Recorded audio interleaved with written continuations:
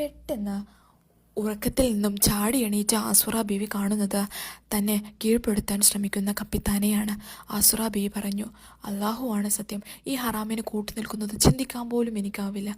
ഇത് കേട്ടപ്പോൾ കപ്പിത്താന്റെ മുഖം ദേഷ്യം കൊണ്ട് ചുവന്നു. ഉടൻ ആ കപ്പിത്താൻ ആസുറ ബീവിയുടെ മുഖത്തേക്ക് ആഞ്ഞടിച്ചു. അടിയുടെ ശക്തിയിൽ ആസുറ ബീവി ഒരു ഭാഗത്തേക്ക് മറിഞ്ഞു വീണു. കപ്പിത്താന്റെ ഹറാമായ ആഗ്രഹം സാധിച്ചു കൊടുക്കാതിരുന്നപ്പോൾ അടിച്ച ആ അടിയിൽ ആസുറ ബീവി ഒരു ഭാഗത്തേക്ക് മറിഞ്ഞു വീണു. ആ വീഴ്ചയിൽ അവിടെ കിടന്നുകൊണ്ട് ആസുറ ബീവി ദുആ ചെയ്തു, അള്ളാഹുവേ, ഒരു തെറ്റും ചെയ്യാതിരിക്കാൻ വേണ്ടിയാണല്ലോ ഞാൻ ഇങ്ങനെ പീഡനങ്ങൾ അനുഭവിക്കുന്നത്. എന്നിട്ടും എല്ലാവരും എന്നെ ആക്രമിക്കുന്നത് നീ കാണുന്നില്ലേ അല്ലാ. ആസുറ ബീവി പൊട്ടിക്കരഞ്ഞു ദുആ ചെയ്തു. ഉടനെ അള്ളാഹു മഹദിയുടെ ദുആ സ്വീകരിച്ചു.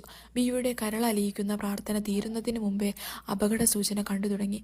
ശാന്തമായിരുന്ന കടൽ പെട്ടെന്ന് പ്രകോപിതമായി